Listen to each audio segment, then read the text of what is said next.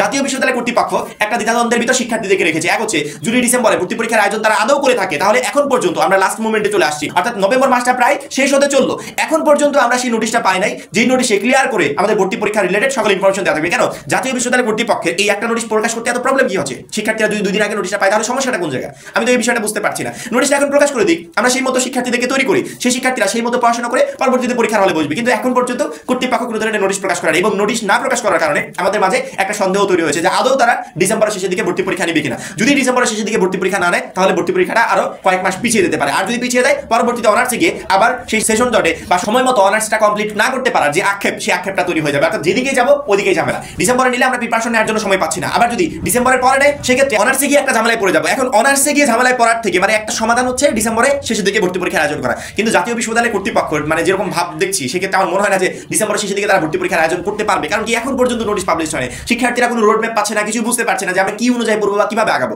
আমরা 25 সালের বিজ্ঞপ্তি দেখে পরবর্তীতে শিক্ষার্থীদেরকে আপডেট দিচ্ছি। আমার মনে হয় জাতীয় বিশ্ববিদ্যালয় কর্তৃপক্ষ যদি ডিসেম্বরের শেষের দিকে ভর্তি পরীক্ষা আয়োজন করে, সেখানে হয়তো বা শিক্ষার্থীদের প্রিপারেশন নিতে একটু কষ্ট হবে, তবে শিক্ষার্থীরা একটু টেনশন মুক্ত থাকবে যে আমাদের সামনে ক্লিয়ার একটা রোড ম্যাপ আছে, যে অনুযায়ী প্রিপারেশন নিব এবং সেই অনুযায়ী ভর্তি পরীক্ষা গিয়ে ভালো মতো একটা পরীক্ষা দিতে পারবো।